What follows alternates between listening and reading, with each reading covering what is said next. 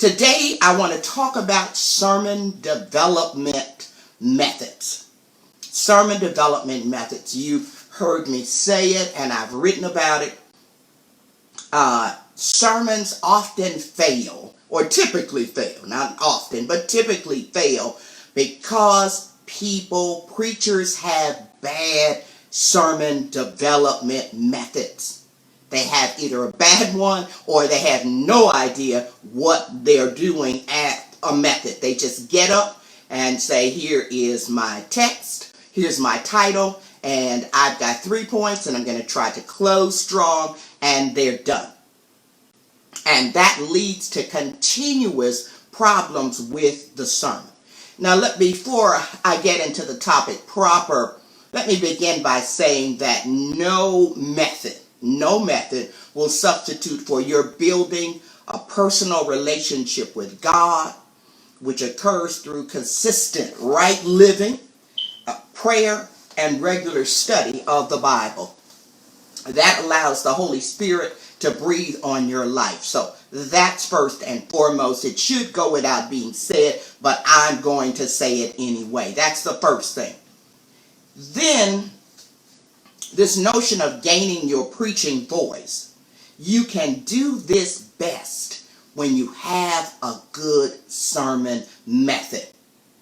And you need to select the method that best allows you to be heard in the way in which you believe you want to be heard. So pick the method that works for you. You can change methods if the one that you are using does not fit the flow of your writing or the way that you create sermons. You can change methods.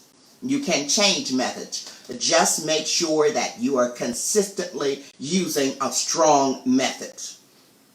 Also, for those of you who are not senior pastors, but you preach regularly and you are listening to a senior pastor, start to concentrate less on his or her sound and more on the method. How is he or she doing what they are doing? How are they doing it? Instead of it just listening for a sound? Also, I had people, as I posted about this last week, who wanted to know about portability. You will be able to preach in a rural church to 25 members, and you can preach to a crowd of 25,000 if you have a good sermon method. A good sermon method makes your preaching portable. I've seen it my entire life. I've done it. I've witnessed it personally. That's what a good sermon method does. It helps make your preaching portable. And I know also that often there are those who worry about whether or not they can go into a venue and do a good 15-minute sermon, and they're used to doing 45 minutes. A good sermon method will allow you to do both.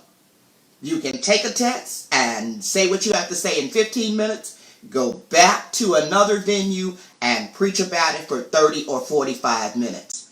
So you can do it all with a good sermon method, a sermon development method, okay? Then you will often hear preachers who cannot cogently or simply explain their method. And that's because there is a flaw. There is a flaw in their sermon construction. And the flaw may be in how they do their exegesis. It may be that they do bad introductions. They do poor conclusions, that they're not creative, or the fact that they do not check to ensure that their preaching is not harming people. But when you meet preachers who cannot tell you cogently and simply what their sermon development method is, it's because there is a flaw in what they are doing. Pay attention to that, okay? And most preachers, unfortunately, most of us, were taught methods for sermon delivery, and not sermon construction. We were told how to put it together, but not in detail. Much more of an emphasis was placed on delivery. And delivery is critically important, but you have to have a great method for putting that sermon together, okay? And here's the other thing, and this is what we often see as we're watching preachers online, on television, and etc. Without a good sermon method, you are likely to do a poor job of exegesis. That's just the truth. So when you see thin sermons that do not deal with the text well or properly or in a complete way, it's because there's a bad sermon methodology under that sermon. That's what causes it, okay? That's what causes it. Also, a bad sermon methodology will allow you to simply go to a commentary, not pay attention to who wrote it or what they're saying. What you do is you go to a commentary looking for answers. You're not seeking to really understand the text. You're looking for answer. When was so-and-so born? Where country were we in?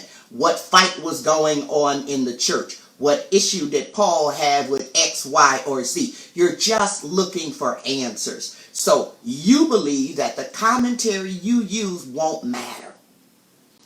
It does matter. It does matter. I grew up learning to preach when most of the people who wrote commentaries were white. And they were men. And they were men. So I had to go out of my way to find out what was left out. Okay? To find out what was left out. And so much was being left out. And then I learned how to read footnotes and to recognize who was being mentioned in those footnotes. So if you are using commentaries that never mention women in their material, or rarely, women are not in the footnotes. African Americans are not in the footnotes. Latina Americans are not in the footnotes. You are not using a commentary that was written with you and your people in mind, and that matters. It is just about 2020. We know better, and we have got to do better. And stop using those commentaries from the 1800s and those written between 1900 and 1960. So much has been discovered. Don't keep using those commentaries to put your material together. All right, let's get to the actual methods. There are about 10 sermon development methods that preachers can use to develop sermons. There are about 10, and today I've only selected 5 to discuss because the other 5 are a mixture of these. And so there are at least 10 out there, but any of these 5 will work if you use them properly. They will work with narrative sermons. They will work for expository preaching, topical preaching, character sketches, group studies, and thematic sermons. These 5 will get it done for you, okay? Method number 1 comes from Dr. Frank Anthony Thomas. You know, I just had him on my broadcast a couple of Mondays ago. Method number 1 is situation, complication, resolution, and celebration. Situation, complication, resolution, celebration. Let me break that down a little bit. The situation asks, what is going on in the text about which you want to preach? What's going on? Is there a fight in a church? Has someone been killed unjustly? Has someone been raped? Is there a disagreement about doctrine? What is going on in the text? What's the situation, okay? And it can be in any form. It can be the story of the prodigal son to the return of Christ discussed in Revelation. What's the situation? Then, after you look at the situation, you need to ask, what's the complication? There has to be a problem that needs to be solved. There has to be a problem that needs to be solved, okay? Next, you'll ask, how will you resolve the complication that's in the text?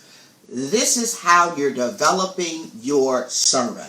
Okay? This is the body of your sermon. So you got the text, you know what the situation is and what the problem is. And in developing your resolution, you're developing your moves or your points in the message to get to the resolution that you believe God has given you for this particular text. And last, he says there's the celebration. Situation, complication, the resolution, and the celebration. And let me be clear about celebration. Dr. Thomas talks about celebration as not something that's just a sound or the conclusion of a message. He believes that at its, at its main level, celebration is about the assurance of the grace of God. That's what celebration means. So he's not talking about a sound and closing with a hoop. He's talking about providing hearers the assurance of the grace of God. So someone might be asking, so Doc, if he believes each message ends with a celebration, what do I do if I'm preaching a passage on rape? What do I do on those passages that I don't have an answer to, and I really want to say that will understand it better and by? For even in the cases of those difficult texts, I think Phyllis Tribble called them the text of terror. The assurance of God's grace is sometimes found in lament. Everything is not a shout. Sometimes we cry. Sometimes we cry. Sometimes we pause and reflect. Okay? Sometimes we pause and reflect. Ultimately, though, what we're doing, even in lamenting, is taking time to breathe and to believe that we can rest in the assurance of God's grace. Okay? So that's method number one, and that might work for you. Understanding the situation in the text, the problem or the complication, providing a resolution for it, and then celebrating that resolution by ensuring that hearers get a sense of the grace of God for their lives, depending on what the issue was that you raised, okay? That's method number one. Let's go to method number two. Method number two is what I'm calling the big idea. The big idea. And it was developed by the late Hatton Robinson, and it's used often by those who do expository sermons. It's called the big idea, okay? And Dr. Robinson believed that sermons often failed because they contained too many little ideas, okay? And the ideas were typically presented in an unrelated way. There were just a bunch of ideas all over the place. When I tuned in yesterday online to listen to some of the Advent preaching, I saw a great deal of unrelated ideas. Pastors were working feverishly trying to get people to understand Advent, and they had ideas all over the place, okay? Or you can have so many ideas that in 30 minutes you only get to skim your ideas. But he believed that you should have a big idea. And that big idea is your central theme. It's the idea that drove you to preach the sermon you are preaching. It's what you believe the Spirit pushed you toward, okay? So make sure that you were driven to the Bible by a big idea. Big ideas are a combination of a subject, which is your question, it's a subject that was raised by a text, and the complement, which is the answer, okay? And you put them together and they form your big idea. And make sure that you are using big ideas. Let me check on our time. Make sure that you are using big ideas.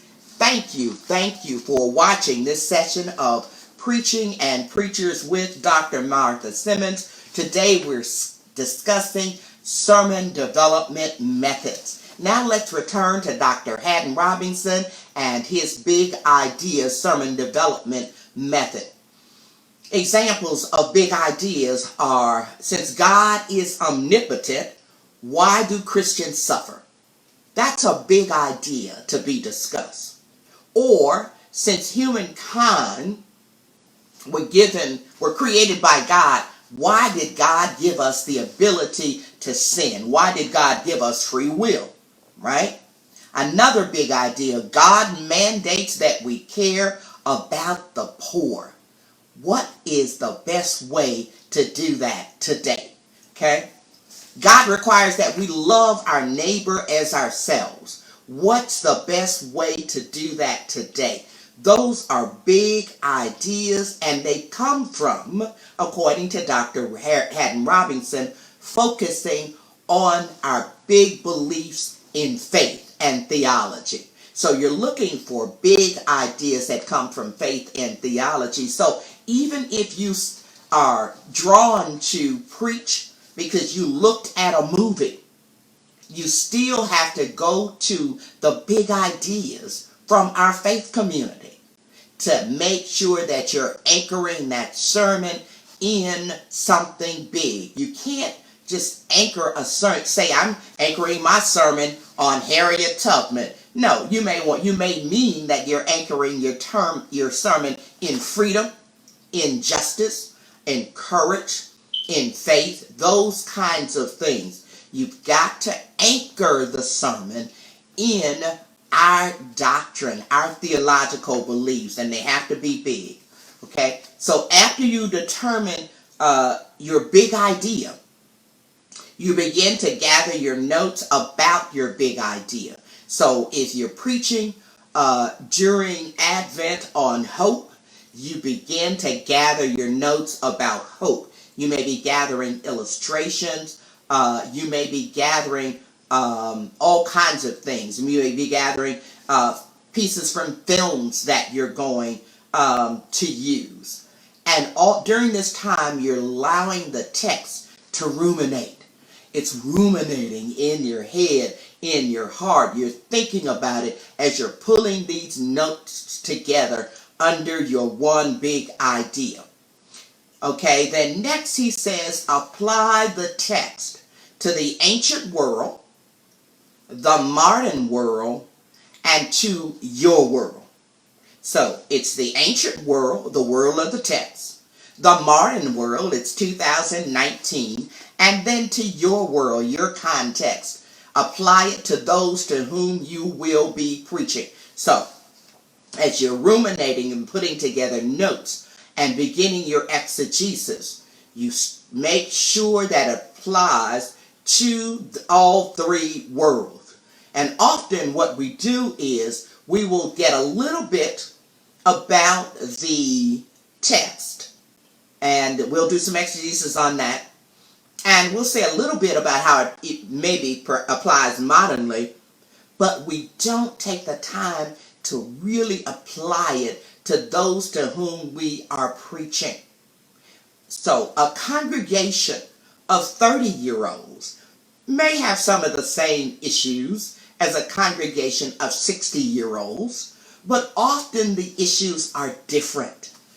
And you need to frame, or as the old preachers used to say, pitch your sermon to those in your congregation. Remember your congregation, okay? And so all during this process, you're gathering notes, you're learning to apply it to the ancient world, the modern world, and then to your world, you're doing your exegesis. But you finally get to a point where you really have to go forward and do your exegesis. Dr. Robinson says to do exegesis well, you need to ask 6 questions. 6 questions. When, why, where, who, what, and how.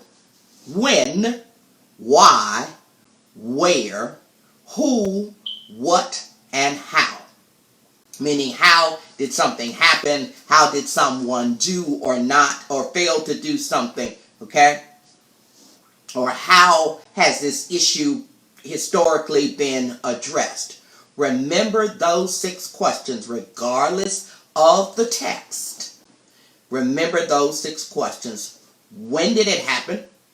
Why did it happen? Where did it happen? Who was involved? It may be one person. It may be several. What actually happened? And how did they do it? In other words, what's the issue in the text that's been historically addressed? Okay? So that's the big task under your exegesis. That's where that meat is. It's within those 6 questions. It's within those 6 questions. So if you don't want to just skim in doing exegesis, ask all of those questions while remembering your congregation, okay? And finally, he says, ask, what difference does it all make? What difference does it all make? In other words, you've gotten this big idea and you've applied it to the ancient world, the modern world, and your congregation. You've done your exegesis. At the end of the day, what difference does it make? How does it help people to live better, be better people, do better evangelism? What difference does it make? Why did you preach this text? What difference were you trying to make in the lives of those who heard it? That's Dr. Haddon Robinson and the big idea. Next we have Dr. Paul Scott Wilson and the 4 pages of the sermon. The 4 pages of the sermon, okay? And after this I will put up the books out of which each of these methods have come so that you can purchase them if you wish. Paul Scott Wilson, the 4 pages of the sermon. Now they're not actually physical pages. They're moments. And he just refers to them as pages. There are 4 moments in the sermon. After you've selected your text, you go to page 1 or moment 1, which is the trouble in the biblical text. Okay?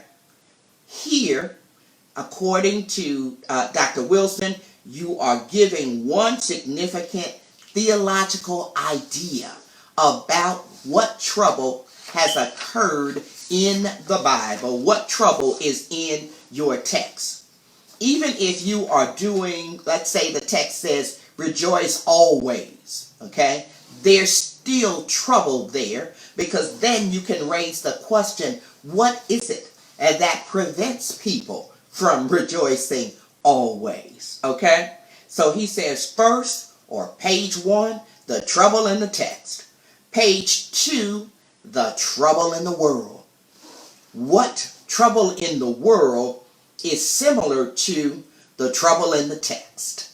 You brought this text up because you wanted to apply it to the lives of those to whom you are preaching, to your hearers. So what trouble exists in the world similar to the trouble that's in the text? Page 3, or moment 3. What is the grace in the Bible? And this is all about your exegesis. This represents God's grace and movement in the Bible to continuously reconcile us back to God, okay? And you just are applying it to the issue you selected. Page 4, what grace should therefore exist in our world? So, if this is what God said is the answer for the issue you raised, the trouble in the text, the trouble in the world, how God dealt with it biblically and historically, what should we be doing? What should your hearers be doing in the world too? Okay? Again, it's the 4 pages of the sermon. They're not actual pages. They're 4 moments. Okay? And you can divide this and use it for any sermon. So what he's really saying is you're probably spending about 20 to 25% of your time on each page or section or movement of your sermon to get to a complete message. And he recommends that you spend about a day on each of the 4 sections of the sermon. And by a day, we mean whether it's for you 2 hours or 4 hours. Spend your time on your sections of the sermon. Spend a couple of hours really making sure that you understand the trouble in the text and why you selected it for your people. And then you can spend a couple of hours understanding what trouble in the world is similar.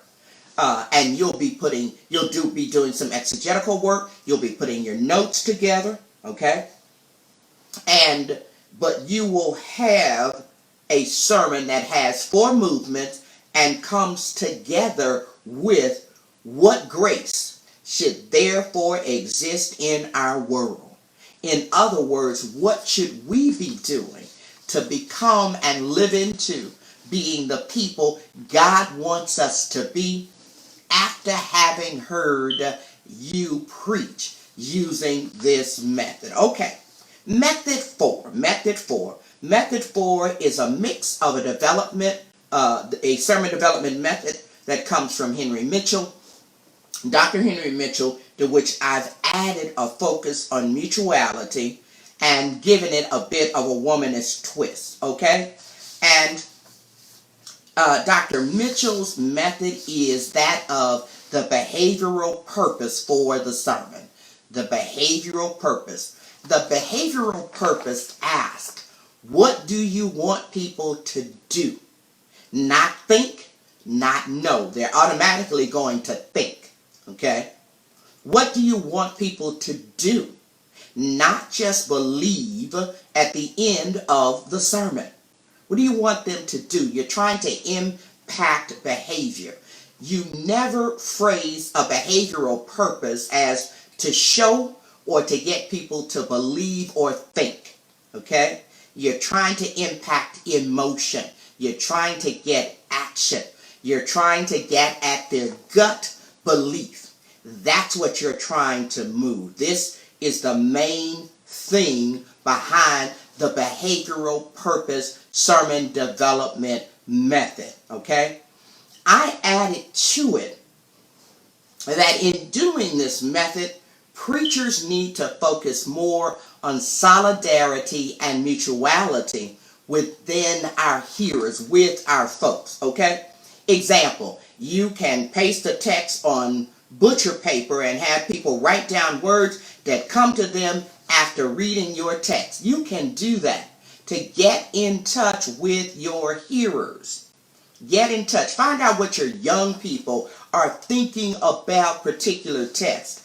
And you can put the text up 2 weeks in advance on butcher paper and tell people they don't need to sign their names. They just need to write down a thought or a word that comes to them. You can discuss a text that you're going to preach during a Bible study or during a get-together. If you went out and you did a pull-up, you remember I said pull-ups are going to zip codes and just hanging out with some of your members at the bowling alley, at Starbucks. You can actually put a text on the table and say, give me ideas, give me your thoughts, and record those in your phone. Preach with your people in solidarity and in mutuality. Black preachers, historically, everything was on us. It was on our shoulders. We had to do it all. We were the preacher. We were the community lawyer. We were who you called if you couldn't get a job. Everything was on us. We don't have to keep living like that. We don't have to keep living like that. Give your people a chance to help you look at a text. So you're out for behavior. You're out to impact behavior. Give your people a chance to help you go forward with the text that you selected. Okay, so it's about the behavioral purpose, changing behavior, and working in solidarity and in mutuality with your people, and particularly focus on the people to whom you are preaching. If it's a Woman's Day sermon, make sure that you're preaching in solidarity and in mutuality with women, for children, for seniors. Preach with your people and do whatever you have to do in your context to get there. I often have to call those for whom I will be preaching to learn about their church and what they're working on. Just get a bit of history, because I want to be in solidarity and mutuality with those people, okay? So you've got your text, you've developed your behavioral statement that will drive the entire sermon, okay? And make sure, let me give you an example of a behavioral statement. To move hearers to be more courageous in their everyday lives. To move hearers to be more courageous in their everyday lives. So the text has to concern someone who did not show sufficient courage. And you're trying to get your hearers to do that. Not to know, not to learn about courage, and although you're going to teach them, at the end of the day, you want them to be more courageous. You want them to take those steps, okay? You also, now you're going to your exegesis. You want to ask yourself, what genre is this? What genre is this text? Is it a narrative, a letter, a group study, or a character sketch? And use that genre to help you prepare your sermon, okay? Then you're going to do what I term your culture check. And you're still doing your exegesis. You're doing your word check in the text, and you're finding out those important words in your text that are significant as you determined it, okay? And then you can begin to check for those important words in the context, in your context, that match the words in the text, okay? After that, you're still doing your exegesis, but now you've gotten to pretty much start to form the sermon. You know what you want to say. You know what issues you've solved in the text. You want to check for balance. Make sure that all sections of the sermon are balanced. So the introduction is probably going to be 2 or 3 paragraphs, no more than that. And then if it's a 30-minute sermon, the entire sermon shouldn't be any longer than 10 double-spaced pages. So your first point or your first move shouldn't be any longer than 2.5 pages. The same for your second move, the same for your third. And your celebration is shorter, just as, or your conclusion, as was your introduction. So if you look at your sermon after you finish, and one of your points is 4 pages, and the others are a page apiece, that's an unbalanced sermon. You've got a problem. There was something in that text that you did not deal with sufficiently. You didn't do a good exegetical job of it. You didn't properly discuss it. Okay? And then finally, with this method, you go to the celebration. Dr. Mitchell says people are more apt to go and do what they are glad about than that which they are sad about. So, as often as you can, you're celebrating the good news. You're celebrating the good news. And when you can't, when the celebration may require lament, you can do that too. And then you're using Dr. Frank Thomas's method of celebrating the assurance of God's grace no matter what. Let me close very quickly with the last method, which comes from the late Dr. Samuel Woodett Proctor. It actually comes from Hegel, but he is the one who taught it, especially in the African American community. And it's the Hegelian method of it, and it's also called a dialectical method. It's the subject, proposition, thesis, and antithesis, relevant question, and synthesis. Let me say that again. You got a subject, you got a proposition that you're going to raise or make, you've got a thesis and the antithesis of your thesis, a relevant question, and your synthesis. And you've summed it all, put it all together. So you've got the text, which gives you your subject. Okay? You've decided that this is so important, you need to preach about it. And you can write down your subject, and then you can write down your title, or you can come up with your title at the very end. Then you've got the proposition. Your proposition says in one sentence, just as with that behavioral purpose, one sentence what you will talk about. In other words, say to anybody who asks in one sentence where this sermon is going to go. In one sentence, not one paragraph. In one sentence, where is this sermon going to go when I have finished preaching? Then you get to your thesis and your antithesis. What's the big issue? What's the big issue? Dr. Proctor says when you get to your thesis, it must concern some big issue of faith. Like I told you, so many of these methods have similar moving parts. What's your big issue of faith? And in his book, The Certain Sound of the Trumpet, he listed at least 50 possibilities, and we know there's something like 500. But he listed 50, and let me give you 5 that he raised as big issues of faith that you can raise.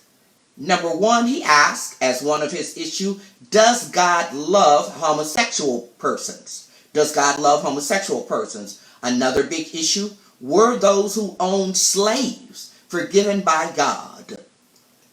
3, are we supposed to convert the whole world to Christ? We know how big and varied the world is in a pluralistic society. So a big question of faith to ask is, are we supposed to convert the whole world to Christ? Then he raised another question. He asked, was Paul right about slavery and the submission of women to men and governments being ordained by God? And he raised that all in one question. Was Paul right about slavery? Was he right about the submission of women to men? And was Paul right about governments being ordained by God? Those are big faith issues. And another one he raised that I think is worth repeating was, does one have to worship in a church or belong to a church to be a Christian? So in other words, you're out to find that big faith issue. That big faith issue that needs to be discussed. Okay? That big faith issue that comes out of your text. Then you've got the relevant question. What is your current day application of the text? You've gotten your thesis and the antithesis of your thesis. So what difference does it make? How does it apply to the current day situation? How does it apply to people's lives right now? Not just in the Old Testament or the New Testament. What is the current day application? And then the synthesis is the pulling together of all of it. It's the entire sermon, okay? Here, as you've synthesized, you know your text, you've gotten your proposition in one sentence, You've gotten your thesis and the other side of it, the antithesis of it. You've raised this big faith question. You then ask, what is your current day application of the text? Now he says, this is Dr. Samuel Proctor, this is the Hegelian method.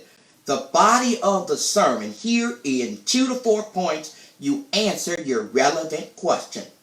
What was your relevant question? Okay? And then you conclude. So your body of your sermon is you working out. In one, he says in 2 to 4 points, you're answering your relevant question that you raised from your proposition to your thesis and the antithesis of your thesis, looking at a big issue of faith. Looking at a big issue of faith. I know that was a great deal. I tried to get in as much as I could, but I really, really want preachers to develop strong sermon method developments. Strong sermon method development. And it doesn't matter if you're an expository preacher, if you're mainly narrative, if you're womanist in your leanings. You must have a good sermon development method. It will save you time, it will save you pain, and it will surely bless your hearers. It really will. One more time, I want to remind you, please sign up for my webinar that will be held December 14th from 11 to 1 p.m. Go to PayPal and enter AA as an Apple Ministry Matters at gmail.com. That's the email, AA Ministry Matters, and it will come up. It is inexpensive. It's 11 to 1 p.m. Eastern Standard Time. If you are trying to figure out you want to be a senior pastor or an executive minister in 2020, this webinar is for you. It's for you. I haven't done it, like I said, all year, but it is time. It is time. As always, share the video. If this video helped you, it will probably help someone else. It will help someone who believes that they're having problems finding their voice when their real problem is that they lack a good sermon foundation, sermon development foundation. That's the real problem. Share the video. It doesn't cost you anything. Share the video. And then on December the 16th, on Facebook Live at noon, I'm going to, for the first time, do the first Women of Color in Ministry broadcast online, because we're going to talk about the 2020 pay scale for women as you preach, lecture, and do other things. So all of that's coming up. God bless. I hope that you have a great week. And as I said, I'm going to list the books mentioned here. The Certain Sound of the Trumpet, the 4 Pages of the Sermon by Paul Scott Wilson, Celebration and Experience by Dr. Henry Mitchell, which I follow up on in my book, Doing the Deed, and Biblical Preaching by Dr. Haddon Robinson. I will post those online. God bless. Have a great week.